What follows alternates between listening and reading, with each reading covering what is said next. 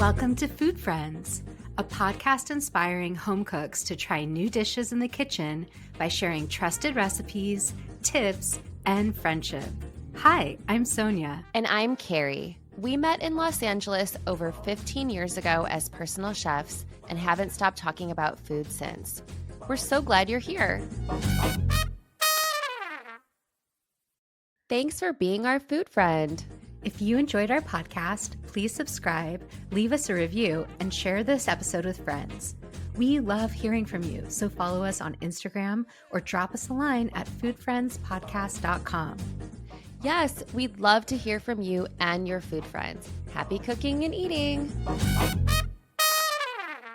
Hi, Kari. Hi, Sonya. Kari, today is all about how to get dinner on the table quickly. I feel like this is probably the busiest time of year for so many people, whether or not you're going back to school, whether or not you have kids. September just feels pretty crazy to me. I agree. And I think it takes people some time to readjust from the summer season.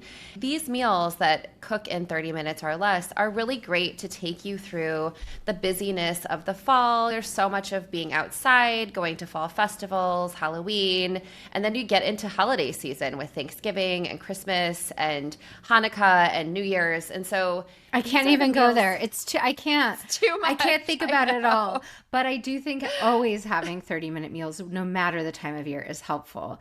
I picked one that's kind of a throwback. That's definitely not something new or different, but I have to tell you a little context behind it. So my first 30-minute meal is an Ahi Tuna steak that's crusted with sesame seeds and served with coconut rice. Oh my God, stop. That's so throwback. Right? It's very 90s. It almost feels like the 90s. Yes, totally. Totally. I feel like that's straight out of college for me. For me, it was I guess it's earlier. For me, it was something I actually made for my personal chef clients a lot in the Yes, aughts, not in the 90s, because it's like a lean protein. It makes things a little different. The flavors are very familiar and comforting. But the reason I'm picking this has a very specific story, which is, as you know, this summer I went to a summer camp where I taught cooking classes to teenagers. And I spent 2 weeks. So wonderful. Those lucky kids. Yeah, it was quite an experience to fully be in summer camp again. I mean, I didn't really go to sleepaway camp growing up. This was a traditional summer camp, capital S. And like many traditional summer camps, the food was horrible, Kari. Really? The food no. was so bad. And I am not a snob. I think you know that about me. I will eat anything. When I mean bad, I mean things like maybe that weren't in their prime freshness, borderline, not okay.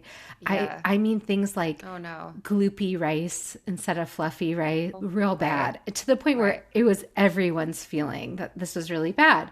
And during the summer camp, I had one night off, and me and my friend, we were like, we're getting ourselves a real meal. And we were in rural Pennsylvania. The closest city was an hour drive away from the summer camp. Oh, wow. That's far. And I would put city in like loose terms. Like it wasn't Like a small town. a small town. Exactly. Or a large town. Yeah. No, small town. So Yeah. we went to this small town and we're like, let's find a restaurant. And actually we found this really sweet restaurant tucked into the trees.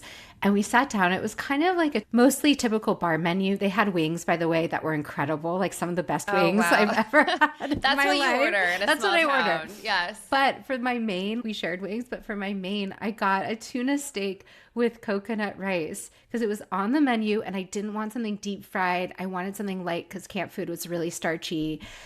And it saved my life, this meal. Oh my gosh. By the way, that's a brave order in a small town. A tuna steak with coconut rice. Kari, it saved my life. They did so well at this restaurant. This was a very good restaurant, by the way, and it was packed and we were sitting outside. So that's why I'm bringing this today, to both remind myself and everyone else that this is actually a great meal. And even though it's old school, I think it's good to be reminded of. Yeah, it's also surprisingly quick because you're just searing the tuna, right? It's like you're not even cooking the whole steak. So the thing that takes the most, I imagine, is this coconut rice, which takes 20 minutes. Well, I have to admit, I have never really nailed coconut rice. I mean, maybe in my past a couple of times. So tell me what your secret is.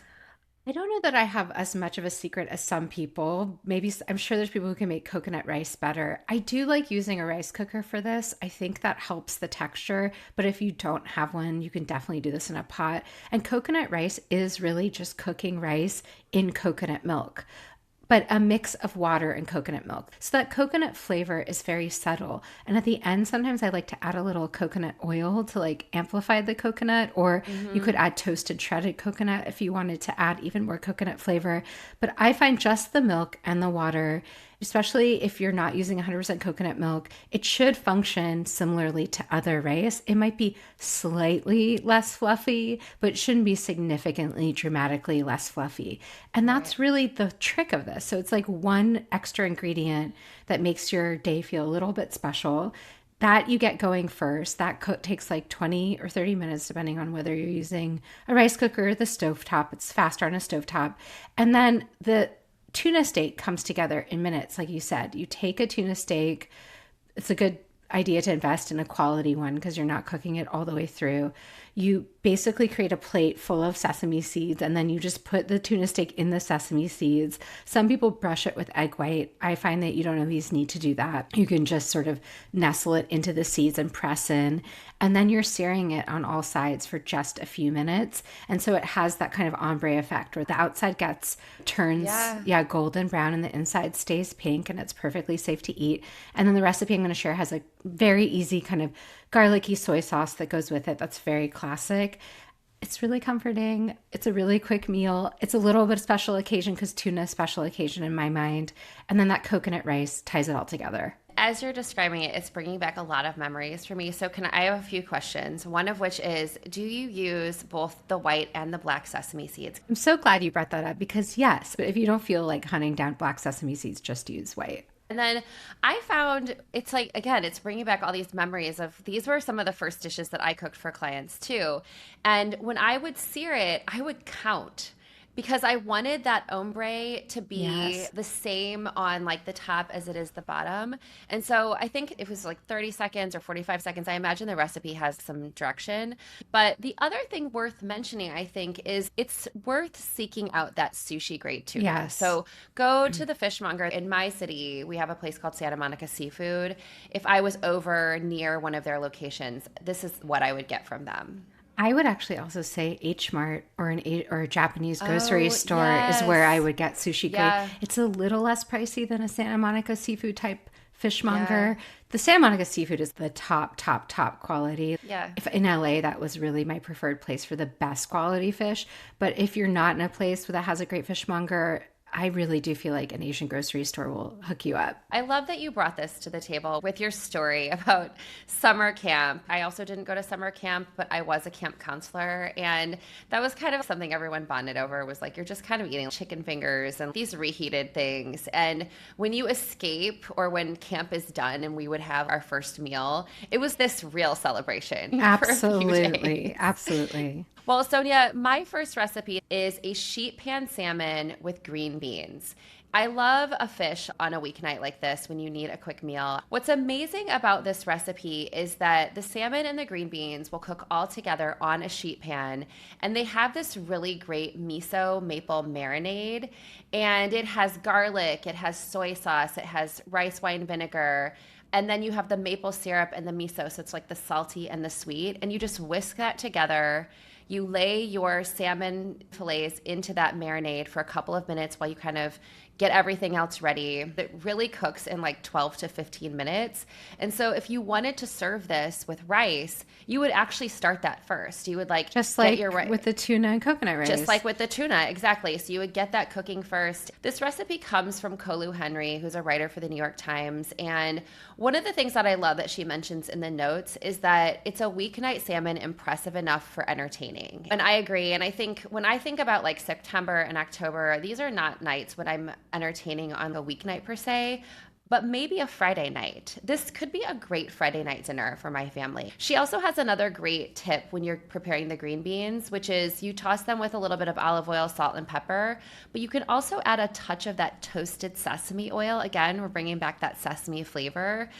that toasted sesame oil is going to help those green beans stand out a little bit too. Yeah, it adds so much flavor. I think having a jar of miso in your fridge and having a jar of sesame oil. I also keep my toasted sesame oil in my fridge so it Me lasts too. longer. Yeah, it lasts so Yeah. much longer that way because it can go bad real quick.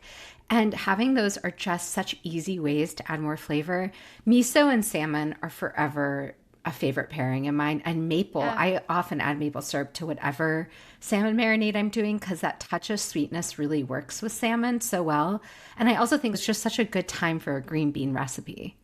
Yeah, I agree. And I would say if anyone is curious about this recipe, look it up and look at how she took the yellow wax beans and the green beans. And when you lay it out on a sheet pan, it just looks stunning. It's a beautiful presentation and it feels special for a weeknight. I think it's great for guests too.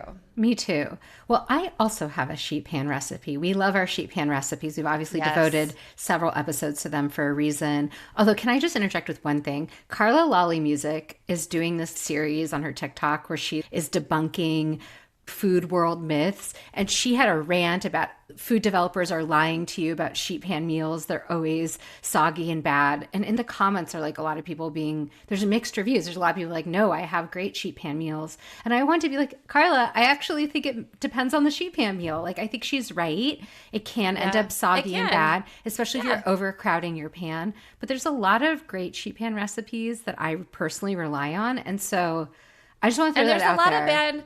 there's a lot of bad sheet pans out there. There's a lot of Like bad I sheet think if you pans. and so I think if you start with a good sheet pan, like a high quality sheet pan, which there's that Nordic ware, which those are more expensive. I don't own any of those, but I have a I really couple and they're really good. they're heavier. I've used them at other places, but I have like a stack of sheet pans from the restaurant supply store. I had a client that never wanted me cooking in their house because it made too much smell. And so I cooked everything outside on the grill or on their burners outside. Oh, And Carrie. those sheet pans They work hold on a up. grill and they've held up for years. That is very insider information that's both horrifying and hilarious at the same time. Okay, so going back to sheet pans.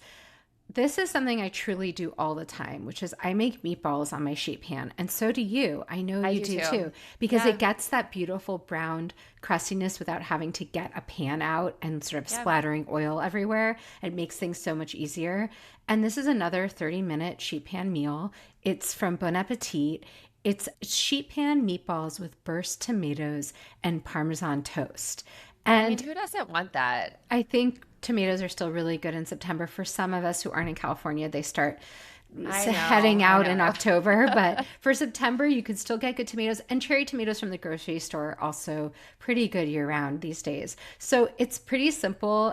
There's directions on how to make the garlicky toast, which I think you could make with or without Parmesan if you wanted, or just make your version of garlic bread. That's the idea of it. So it's nothing quite new. But then it's mixing up a traditional meatball mixture with egg, panko, chopped herbs, garlic, finely grated, and ground beef. I think ground turkey would work here. I think ground chicken would work here. If you don't Just want to something use that beef, has some fat in it. Like yeah, you really fatty, need. I dark mean, in, meat. I make sheet pan meatballs with dark meat turkey all the time, and oh it yeah. absolutely works. So I think if you don't like beef for this recipe, swap it with your favorite dark ground meat. You cut the cherry tomatoes in half, which I basically wouldn't.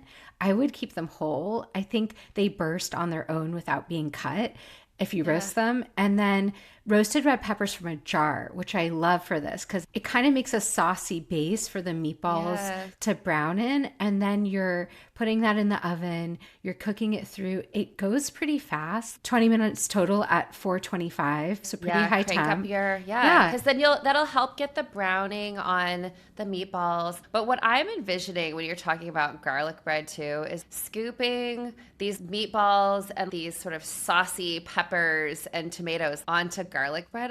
What is more comforting than that? It's like a meatball sub on a weeknight. Oh yeah. There's also sliced onion, forgot to mention. I think that's another sort of flavorful note. When I'm making a sheet pan meal, I almost always add onion and almost always Adds a lot of flavor. yeah, red onion for color. And I just like it in a sheet pan. I make a version of this regularly when I need to get dinner on the table quickly. I would serve a salad with this too, but that can happen while the meatballs are in the oven. So it all comes together Yeah. really quickly. Great point. Well, I'm going to pivot us to pasta, which I think is an absolute go-to when we're talking about a quick meal. I found this recipe for creamy turmeric pasta by Sue Lee for the New York Times. We had Sue Lee come on and talk to us. I think it was in our first season, wasn't it?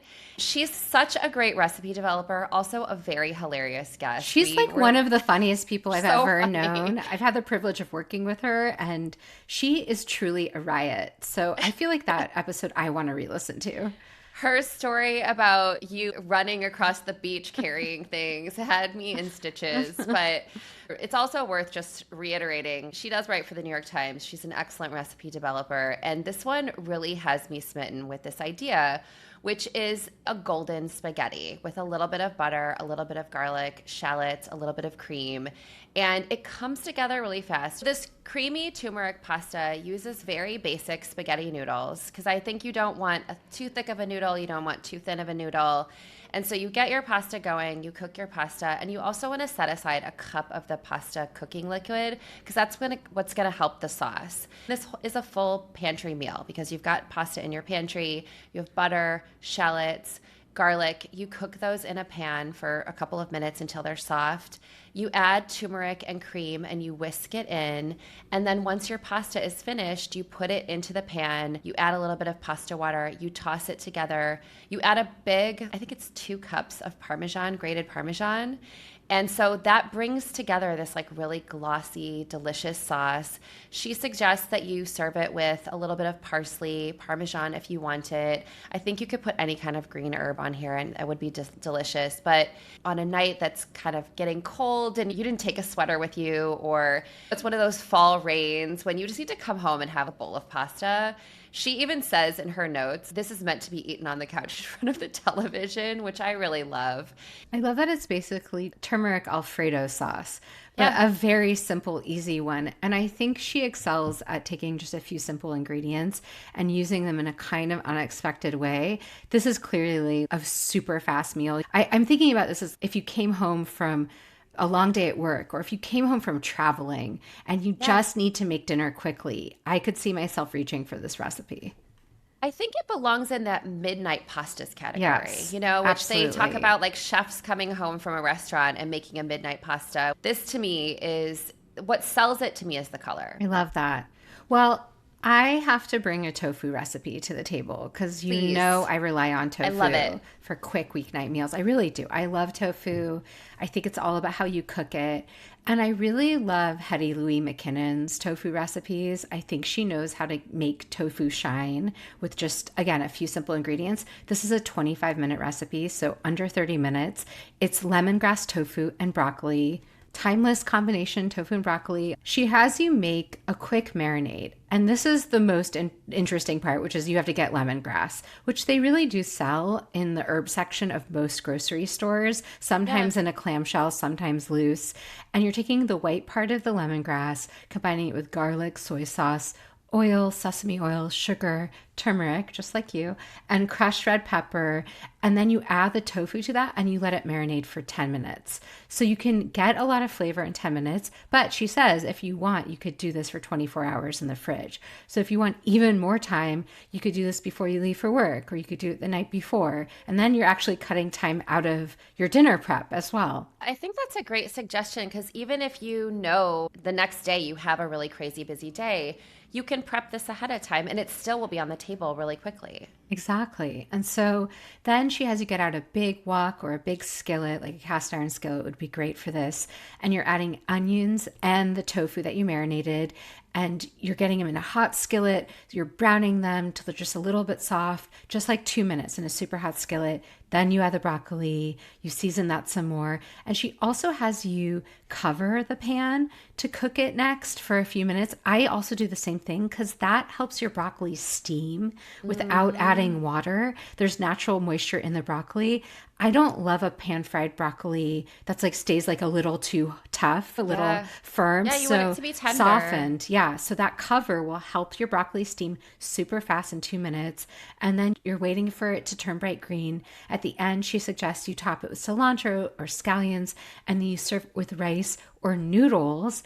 I love the idea of noodles. Like soba noodles cook in 5 to 6 minutes. That would be great with this. Or like a vermicelli would be great.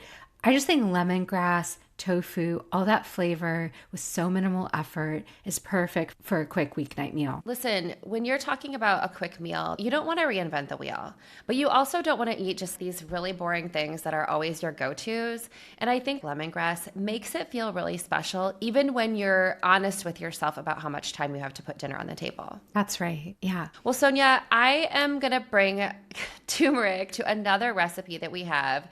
Priya Krishna's everyday dal recipe. This is another really beautiful dinner. You use a red dal, which cooks and becomes kind of yellow, and adding the turmeric into this recipe makes it more golden. And like a couple of recipes we've already talked about, the rice actually takes the longest of this if you want to serve this with rice. I do sometimes serve this with a naan, like a frozen naan, which I buy at Trader Joe's. They also have a version at my Whole Foods that I buy. Kari, when you mean red dal, do you mean red split lentils, or are you buying special things from the Indian store? So I'm really glad you asked the question because you do need the red split lentils. They're also called masoor dal, and that is actually what makes them cook in 15 minutes. A full-size lentil, a lentil that's not split, does take a little bit longer to cook. This recipe also calls for cumin seeds and asafoetida, which is an Indian spice. And so I think if you don't have these things in your pantry, this is an invitation to maybe try something that really cooks as fast as mac and cheese. For the masoor dal, the split lentils, her recipe says you don't need to rinse them. I do disagree with Priya on this one. I think you should rinse your lentils. And then basically what you're doing is you're putting them in a pot with 4 cups of water, a little bit of turmeric, a little bit of salt, and you're boiling them. And as they boil, you're going to make this flavored oil with ghee, which is, a butter that is It's shelf stable. clarified butter. Yeah. Clarified butter, exactly. I think you want the ghee because it really adds that flavor. But if you don't have ghee, you can use a neutral oil and bloom your spices in the oil. So in like a little saute pan that you would fry an egg in, you add a little bit of the ghee, you add the cumin seeds, and you cook them for about a minute until they get a little bit toasty. And then you add a little bit of red chili powder, a little bit of asafoetida. You swirl that together and you put it into the pot that has the lentils in it. So all that flavored ghee, buttery ghee, is going to flavor your whole pot of lentils. This is also where I'm diverting from Priya's recipe because my friend Jamie, she makes her mother-in-law's dal and she puts it in, stirs it all around, and then we always taste it because just like pasta or any other bean, dal needs a lot of salt. And so I find that there's never a time when I'm not adding a little bit of more salt to it. I love that in her notes, she mentions that you can gussy it up by adding some frozen spinach, which reminds me of you because you recently shared that recipe where you were gussying up those noodles, right? Remember that? Yeah, absolutely. The ramen. The ramen. And so she says you can gussy this up with some frozen spinach if you want. I actually like to add a big handful of cilantro because that's also what my friend Jamie does. This has just become a staple in my house. I usually alter it with whatever I have on hand. I love to add some scallions in. And it reminds me of when I used to, in high school, make minute rice and just put like a big pat of butter and salt in it. Well, I have to say, Jonathan, my husband, is obsessed with dal, so he would be really happy if I was making it more. So I'm always looking actually for good recipes, and I'm glad you shared this. But I think what you're also sharing is the way in which when you heat ghee, or I think even coconut oil could work really well here if you wanted something non-dairy, and you bloom spices in that fat, whether that's cumin or mustard seed or whatever spices you might have, fennel would be really good too. That, because oil and spices, when they're combined at a high heat, it like amplifies the spice. That adding that to a pot of lentils, to a pot of something stewy, adds so much flavor. It's a classic Indian technique, and it takes minutes to do. And I also think, we acknowledge that not all of these spices and ingredients are at every store and sometimes require sourcing, and not everyone who listens has access to an Indian market or to these ingredients. But I think the idea of a quick lentil dish with some added butter or ghee and some spices is something that you can find almost anywhere. Lentils are such an incredible staple, and I love them because they require no soaking and they all cook in 30 minutes or less. Okay, Kari, there's a dish that I found that I haven't yet tried, but I think I'm going to make this week. When I saw this recipe, it really reminded me of you and a recipe that you introduced me to last year or maybe the year before, which was that quick corn ramen, miso butter ramen corn dish. I think was Hetty Louie McKinnon as well. Yes, it was hers. Right. Yes, it's so delicious and so brilliant. And it relies on like instant ramen packets and fresh corn, and it's so good. So I found basically a version of that that's a little bit different, but in the same kind of category with one of my favorite ingredients, which is those Korean rice cakes. And by rice cakes, I mean the little tubes that are made of rice flour and are kind of chewy, and you can make a variety of recipes with them, which we've talked about before.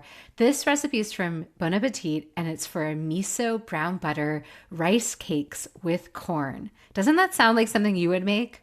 I'm so sold. I cannot wait to hear you describe how to cook this. I love chewy, corny, brown buttery. I want all of this. Right? So, Yes. okay, you take a pound of those cylindrical or tube like Korean rice cakes. And you always want to rinse those, by the way, under cool running water. And then you pat them dry. And then you get out your skillet and you start cooking them. And they start to crisp up and soften. It takes about 7 to 10 minutes.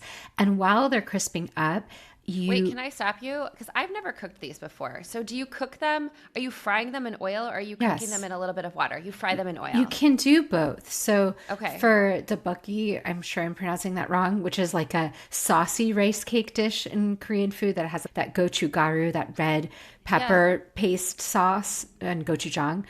That you're cooking them in water and the saucy mix, but you can also just crisp them up in oil, which is what this recipe calls for. So it's a little oil in the pan, then you're putting the rice cakes in and you're kind of shaking them every once in a while so that they don't stick, and you're letting them soften and crisp up. And while you're doing that, she says to cut up some scallions. So you're going to take 6 scallions and you separate the dark from the green, which I think is often the case because the white part you'll want to cook and the green part you'll want to use fresh. Yes. And then you're adding butter to that pan. And you don't add it right away, partly because you don't want that butter to burn too much. You add butter to the pan, then you add the white and the pale part of the scallions and 3 cups of fresh corn kernels, which you could remove from the cob. I think you could even use frozen corn for here. this. Yeah. You're stirring that up and then you're letting that all cook together for another 6 to 8 minutes. And at the end, you add some miso, some rice vinegar, and some soy sauce and a little bit of water to your point, which is going to make it a saucier. Like a glossy sauce. Yes. Oh my gosh. So you simmer that, you let it reduce for just a couple minutes. And then at the very end, you drizzle sesame oil on top. You add a like little toasted sesame oil? Yeah, toasted sesame oil. Oh my gosh. You add some more butter. So you add a little bit extra glossiness. You top it with the kosher salt, and then you top it with that chopped green part of the scallion for freshness. It's a very Kari recipe to me. I'm so sold. I But, might yeah. make this for dinner tonight. That sounds incredible. I have need fresh to know corn if at my you do. house. For me, this is a growth edge. Buying rice cakes. You have talked about many recipes. My friend Maylin makes rice cakes. It's just one of those things that I did not grow up eating and grow up cooking. And so I think to hear you describe how easy this is, you take it out of the package, you rinse it off, you dry it, pat it dry, and you sort of brown it. And it browns while you're kind of prepping the rest of the ingredients. This sounds like an easy dish that has a lot of things that are familiar to me, you know? Yeah, Butter, absolutely. corn, scallions. Well, Sonia, the last recipe that I want to talk about is a green minestrone, and it's by Rachel Ray, who I think a lot of people consider her the queen of 30-minute meals. Definitely. And I found this in one of the cookbooks that I own. It was 30-minute meals #2. What I love about it is it's just a pot full of veggies, protein, and flavor. You're really just adding things in to make a quick soup. And you and I both really love minestrone soup. You have published a minestrone recipe that then inspired a recipe that I made for minestrone soup. We make minestrone year round. Your minestrone can really reflect the season that you're in. We love that long form minestrone where you're kind of simmering it over the course of the day. And this is not that. And sometimes you just need a quick meal. So you start the pot by sauteing a little bit of pancetta if you have it, or prosciutto. If you don't want to do that, it's not going to ruin your soup. It's totally fine. And then you're adding onion, garlic, celery, zucchini, chop them up, throw them in the pot, let them soften with a little bit of salt. And then you're adding a can of white beans, a can of chickpeas, both of which you've rinsed, and 8 cups of chicken stock or veggie stock, whatever you've got. You don't have to use homemade. Homemade would make it taste a lot better. And then you're adding a ditalini pasta or any tiny pasta that can cook quickly with a handful of green beans that you've trimmed and cut into maybe 1-inch pieces. You cook those until they're tender. You're adding a couple of handfuls of spinach and some fresh basil leaves. And you've got dinner on the table in like 30 minutes. It's soupy, it's warm. You could serve this with some crusty bread. I mean, I am really committed to my long form minestrone. I know. But I will say, what I think Rachel Ray does is speak to people who really don't have the time, and even I don't always have the time for a long form soup. I do think this is where your freezer could help you out. If you make a stock, it's going to be so much better with a homemade stock than with a carton of stock. I do think even better than bouillon would be better than a carton stock, just because it typically has more flavor. But I think if you have that investment in your freezer, then a 30-minute soup is so easy to make, because I actually make a version of this kind of minestrone regularly in the winter with homemade stock. You have a whole meal, basically. It's a complete meal in a bowl. Yeah, put some Parmesan on top of it, serve it with some bread. Everyone is happy. Yeah, but even if you don't have homemade stock, you're right. This is still going to be satisfying. It's an easy way to make a meal quickly. Well, Sonia, this has been really fun. I'm so glad that we've rounded up all these recipes, because this is what I need at this time of year. Same. Well, until next time, bye. Thanks for being our food friend.